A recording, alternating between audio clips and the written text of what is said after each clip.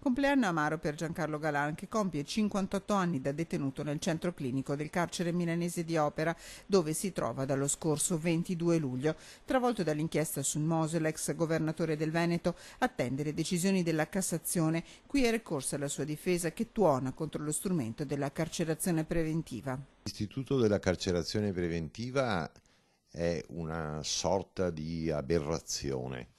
Io la ritengo necessaria solo per gravi reati di sangue o per gravi reati di mafia. Giancarlo Galan sta male, il diabete a livelli pericolosi, ha problemi cardiaci e cammina con fatica a causa dei postumi della frattura alla gamba ingessata e complicata da un embolo. Non costituisce alcun pericolo per la società, aggiunge il suo difensore.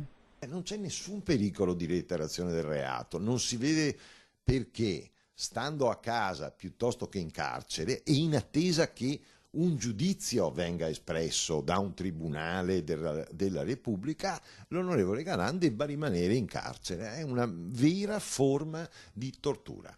Dal punto di vista processuale la situazione è ferma. Galan aspetta che la Corte di Cassazione fissi la data per la discussione della richiesta di scarcerazione presentata dai suoi legali.